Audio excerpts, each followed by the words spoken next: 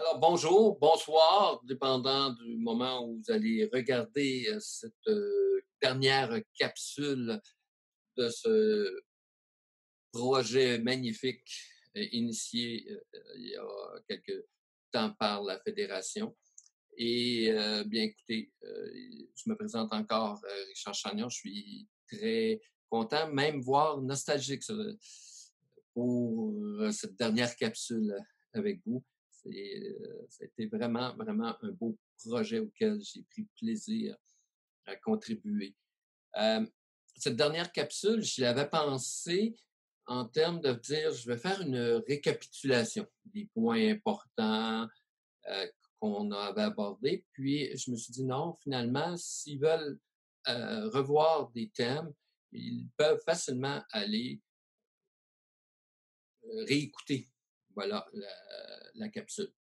Donc, dans la première capsule, on avait parlé de structurer son intervention, donc l'accueil, l'exploration de la crise, l'importance de structurer nos entretiens, la différence entre l'urgence et la crise et les objectifs qu'on devait viser avec tout ça.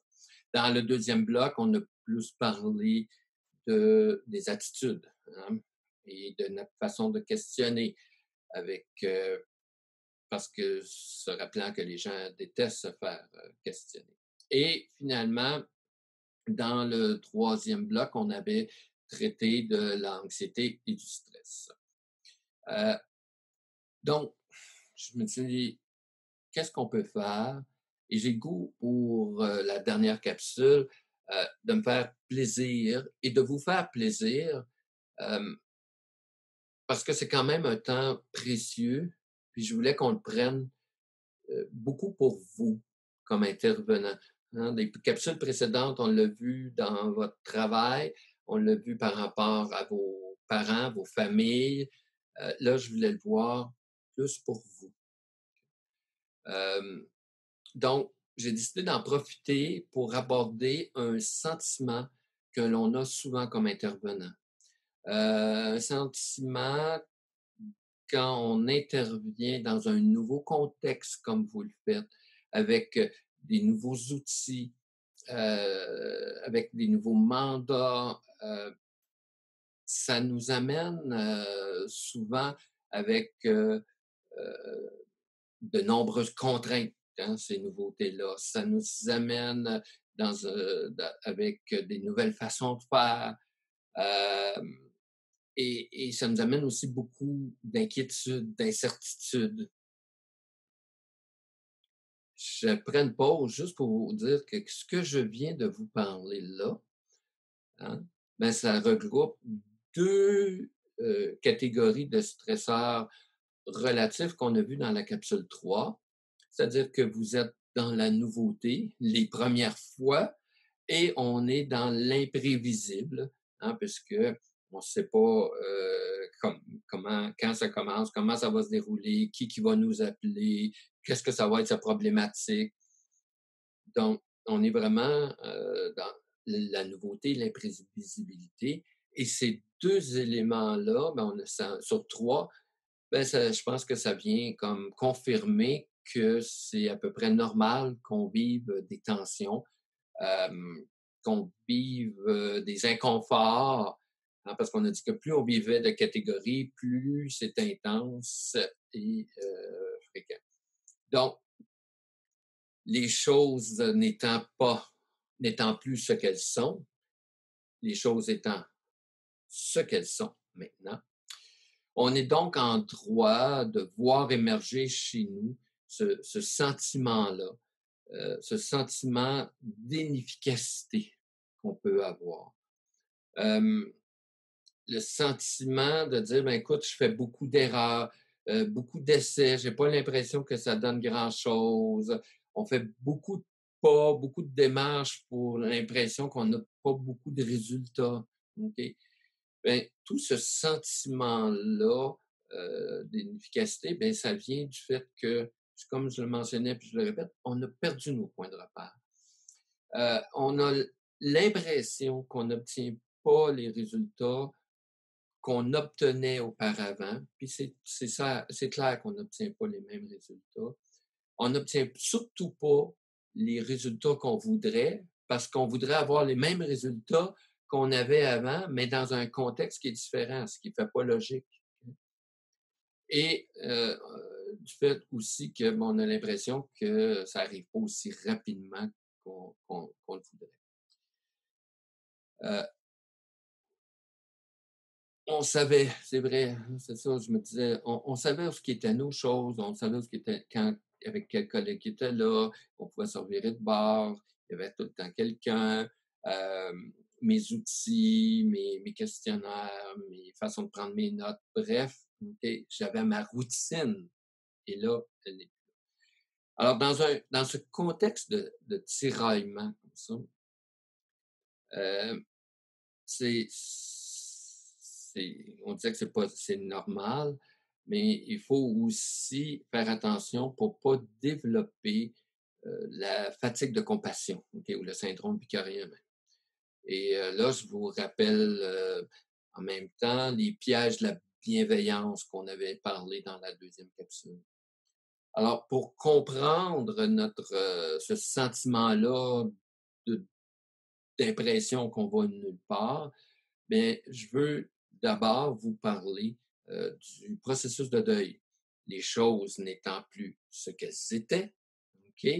Les choses étant ce qu'elles sont, il y a des gens, ça veut dire que j'ai perdu des choses. J'ai perdu mes points de repère, mais j'ai perdu le contact avec mes collègues, j'ai perdu le plaisir que j'avais le matin, peut-être en quittant ma demeure pour aller me prendre un petit café, puis avant d'aller travailler. J'ai perdu le petit moment où finalement les kids étaient partis de la maison, puis j'avais ce moment-là à moi. Alors donc, il y a vraiment plusieurs pertes associées à la situation actuelle. Processus de deuil, première étape, les pertes. Les pertes, comme je viens de nommer, et les pertes aussi en lien avec les annonces qu'on s'en vient en confinement, qu'on a un premier ministre, il y a des gens qu'on ne connaissait pas que là, on côtoie à tous les jours, la santé publique et des services que je pense qu'on va s'en souvenir longtemps qui existent. Alors, à l'annonce, c'est un peu de l'état de choc, c'est l'engourdissement parce que ça fait beaucoup d'émotions gérées, beaucoup d'informations, beaucoup de choses. Et ça se manifeste, cet état d'engourdissement-là, par, entre autres, une difficulté de concentration, une difficulté de sommeil. Et cet engourdissement-là, c'est comme une vague. De temps en temps, elle est très, très forte, après ça, elle descend. Mais quand on côtoie des gens, ces gens-là aussi ont leur vague, mais les cycles ne sont pas en même temps. Okay? Alors, cette période d'état de choc-là, de déni sur la situation, les gens refusent, par exemple, d'appliquer certaines consignes. Et alors, il y a beaucoup d'incompréhension. Et éventuellement, ça va se calmer, cette période-là, et on va tomber dans la deuxième phase. L'émotion va diminuer, puis on va tomber dans la deuxième phase. Le rationnel va prendre un peu plus dessus, puis on va faire les constats. Les constats, les impacts de ces pertes-là sur mon quotidien. Hein? Et on va développer beaucoup à ce moment-là le sentiment d'impuissance, le sentiment, on va être très résistant à appliquer des nouvelles stratégies, des nouveaux outils, et on va avoir beaucoup de besoins, et ces besoins-là vont être associés au fait qu'on a le sentiment qu'on n'a pas nos réponses. Et un besoin non répondu, l'émotion qu'il y a derrière, c'est de la colère. Donc, à cette deuxième étape-là, il y a beaucoup, beaucoup de colère. Et la colère va aussi suivre des vagues. Tantôt, on va être irritable, tantôt, on va être vraiment plus agressif dans nos propos, voire agressif sur le mobilier, et certains pourraient même être violents. Donc, ce fluo-là, cette fluctuation-là des émotions va éventuellement s'apaiser et on va pouvoir penser à se réorganiser. Donc, apprendre de nouvelles façons de travailler avec des logiciels, par exemple, à communiquer à faire nos rapports, à intervenir en contexte de crise et non plus en contexte de proximité. Et là, on va se définir une nouvelle définition. On va être des intervenants téléphoniques, on ne sera plus des intervenants de proximité. Mais la beauté des choses, c'est que vous ne perdez pas ça. C'est comme si cette identité-là était mise en veille, vous en développez une deuxième, et là, on vit une crise, la crise du COVID. Mais une crise, vous le savez, là, ça a un début, ça a une intensité très haute et éventuellement, ça a une fin. Quand ça va finir, vous ne perdrez pas nécessairement votre identité. Vous allez avoir développé une autre stratégie d'adaptation qui est l'intervention au téléphone. Alors, l'intervention au téléphone, l'intervention de proximité, vous ne le perdrez pas non plus. Vous allez avoir une double identité. Alors, c'est la période, donc, d'adaptation, c'est-à-dire que là, on va avoir développé à travers ça sa résilience et on va être capable de fonctionner là, au quotidien là-dedans. OK. Alors, j'ai parlé d'un nouveau mot et ce nouveau mot-là, c'était résilience. Ce n'est pas un nouveau mot pour vous autres nécessairement, mais c'est un nouveau mot parce qu'on n'a pas parlé tant que ça dans les capsules.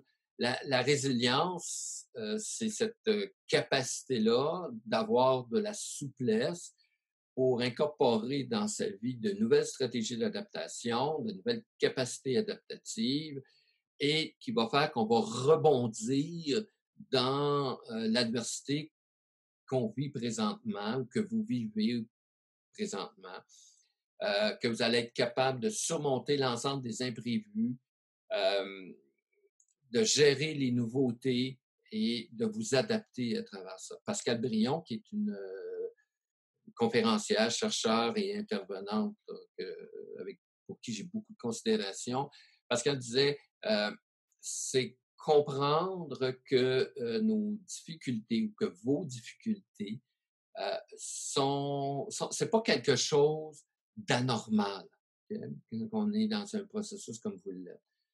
Okay? Ça en fait partie de ce processus-là. Et regardez votre histoire de vie, vous avez su vous rebondir et vous allez encore rebondir. Et ça va vous permettre éventuellement de mieux gérer l'adversité que vous allez vivre dans le futur. Alors, la résilience, c'est ça, c'est d'augmenter ses capacités adaptatives et de les réutiliser dans d'autres situations d'adversité. Pour augmenter sa résilience, eh bien, il faut à la fois être vigilant sur des choses et développer des stratégies.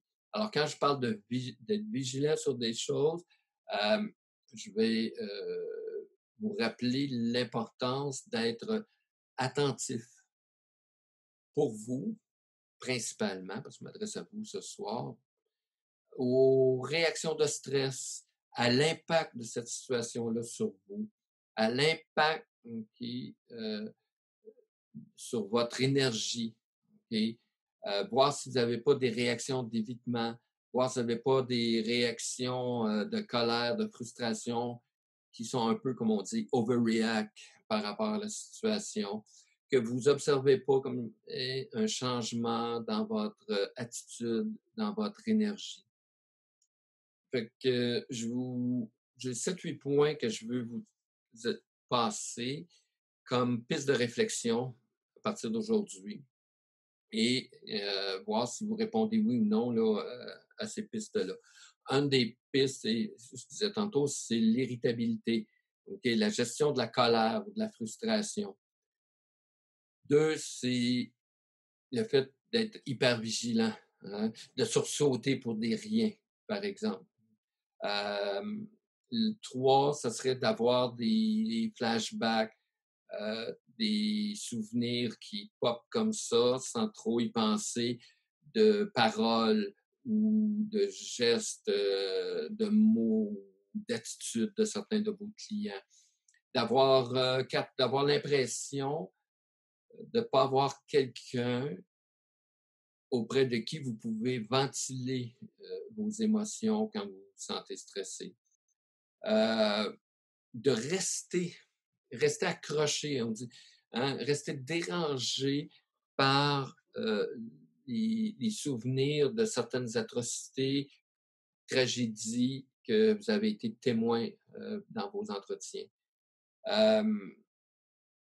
Le fait de garder en tête plusieurs clients, préoccupations sur plusieurs clients, OK, ou familles. Donc, on n'est comme pas capable de mettre la switch off, comme on dit. Le fait que vous avez commencé à travailler avec certains clients et que là, un certain type de clients, pas un certain client, mais un certain type de clients, puis avec ces types de clients-là, vous ne voulez plus y retourner. Donc, il y a comme de l'évitement, là. Hein? Vous vous sentez, on dit que tout ça, ça nous préoccupe et donc ça gruge de l'énergie. Fait que ça se peut bien que la déprime s'installe et que cette déprime-là soit associée vraiment au travail avec vos clients. Que vous ayez de la misère, de la difficulté à séparer votre vie professionnelle de votre vie personnelle. Et dans le contexte, c'est un très, très gros défi. Hein? C'est ça, c'est probablement vrai que c'est pas possible de la faire là, mais si cette situation-là, lorsqu'on reviendra à une forme d'intervention en milieu de travail plus tard, et si vous n'êtes toujours pas capable de faire cette séparation-là, ça devrait faire allumer des lumières, comme on dit. Vous avez des communications avec vos collègues, vous n'avez aucune compassion pour eux. Là aussi, vous qui avez, vous êtes dans le domaine de la relation d'aide et habituellement, vous avez cette ouverture-là, cette écoute-là, et soudain, vous les trouvez fatigants, ils sont bien achalants, ils sont trop en train de se plaindre. Ben, il y a peut-être là aussi des indices de fatigue de compassion qui sont tranquillement en train de s'installer. Alors, qu'est-ce qu'on fait pour, pour éviter tout ça? Bien, il faut être un peu plus rationnel. Hein? On était dans l'émotion, donc on va aller plus du côté rationnel pour essayer de gérer tout ça. La première chose, c'est de ne pas perdre de vue, de se rappeler de ses objectifs d'intervention. Okay? L'objectif d'intervention en contexte de crise, c'est un retour à l'équilibre antérieur à la crise, de comment c'était avant qu'elle vous appelle. Elle réussissait avant à maintenir sa barque. Ce qu'elle cherche, okay, quand elle vous a appelé, c'est un coup de main pour écoper parce qu'il y avait un peu d'eau dans la barque, mais elle veut encore continuer à gérer sa barque. Ça se peut qu'elle manifeste du découragement, mais une fois qu'on va avoir un peu suscité l'espoir chez ces gens-là, donner des outils, bien, c'est sûr qu'elle va vouloir revenir à gérer ses affaires. Les mots-clés à se souvenir: apaiser, guider, soutenir, accompagner, faire des suivis téléphoniques. Okay? L'accompagnement par suivi téléphonique. Se rappeler que vous aidez les gens à s'aider eux-mêmes. C'est un beau pléonasme, mais pour moi, ça signifie énormément, okay, dans notre mandat, où ce qui commence, où ce qui finit. Je disais tantôt, les gens nous appellent, ils veulent pour qu'on leur donne un petit coup de main, qu'on écope. Hein? Rappelez-vous que ces gens-là étaient capables de fonctionner avant, qu'ils le sont encore. Juste une orientation, un coup de pouce. Ils n'ont pas le goût que vous déménagez chez eux. Là, hein? Donc, on se comprend. Ce qui peut aussi aider à voir un peu l'impact de vos interventions parce qu'on a le sentiment d'être impuissant, d'être inefficace, c'est de mettre en évidence, aider la famille à mettre en évidence ses ressources. Okay? Ça va aussi vous aider à avoir du positif dans la situation. D'impliquer la personne dans ses solutions, de l'amener à agir, elle, pas vous. Elle, c'est elle qui doit agir. Okay? D'avoir des objectifs qui sont réalistes, mesurables, à très très court terme, 12 heures, 24 heures, 48 heures. Okay? On est vraiment à très court terme. Éviter de vouloir à la place du client. Okay? L'état d'équilibre antérieur, on vise ça. On ne vise pas à améliorer ce qui se passait. Ce n'est pas notre mandat. Le mandat viendra par la suite lorsque les outils et les moyens sont disponibles. Je vous recommande, puis je le répète beaucoup aussi, on sort un peu, mais vu que ça s'adresse à vous comme intervenant, l'exposition, la surexposition médiatique. Restez centré sur les sources d'informations officielles, les sources d'informations qui font état d'une situation et qui amènent des stratégies. Alors, ça, ce sont des sources d'informations officielles. Ce ne sont pas de la nouvelle. Okay? On ne cherche pas à faire de la nouvelle médiatique, on cherche à informer. Alors, quand on informe, on fait le constat et on amène des solutions par rapport à ce constat-là. Je continue dans mes stratégies. Gardez-vous, je vous invite aussi à vous faire 3, 4, 5 indicateurs que vous allez toujours mesurer après chacune de vos interventions. Alors, par exemple, demandez à votre parent, à la fin de l'intervention, prenez 2 minutes à la fin de l'intervention pour évaluer en disant, mettons, là, ton état général, OK? Ça va comment, là? OK? 0 à 10, là, entre 0 et 10, là, ça va comment, généralement? Là? Comment tu te sens généralement? OK? Et quand tu es arrivé, tu étais à combien? Alors, mettons qu'il me dit, moi, là, je suis à 7. Quand je suis arrivé, j'étais à, ça allait pas bien, j'étais à 3. Tabarouette, c'est agréable, on est passé de 3 à 7. OK? Vous allez me dire, ouais, mais on n'est pas à 10, hein, c'est pas totalement. Non, mais on ne vise pas à 10. Ce qu'on vise, c'est que je ne veux pas qu'il parte de 3 et qu'il s'en aille à 2 durant mon intervention. Et je veux tout simplement qu'il reste là, au mieux qu'il s'améliore. Je ne m'attends pas à ce que je vais atteindre 10 dans le cadre de mes interventions. Alors, donc, on a demandé comment il allait en général, comment il se sentait. On peut lui demander aussi c'est quoi son niveau de détresse actuel versus celui qui était au moment où il entre. Et on peut aussi s'informer sur son sentiment de contrôle par rapport à sa situation, comment il se sent en contrôle. Son sentiment aussi de savoir vers où il s'en va. Alors, les étapes un peu à franchir. Alors, comment il se sent au début, comment il se sent là. Donc, pour vous aussi, ça va vous aider à voir que vous avez eu un impact dans l'intervention. Et à partir de là, ça va vous aider aussi à faire vos suivis. Dans mes autres stratégies, bien sûr, il faut penser solidarité. Hein, quand on est en état de crise comme ça, quand on est en isolement, dans l'intervention téléphonique, on est très isolé.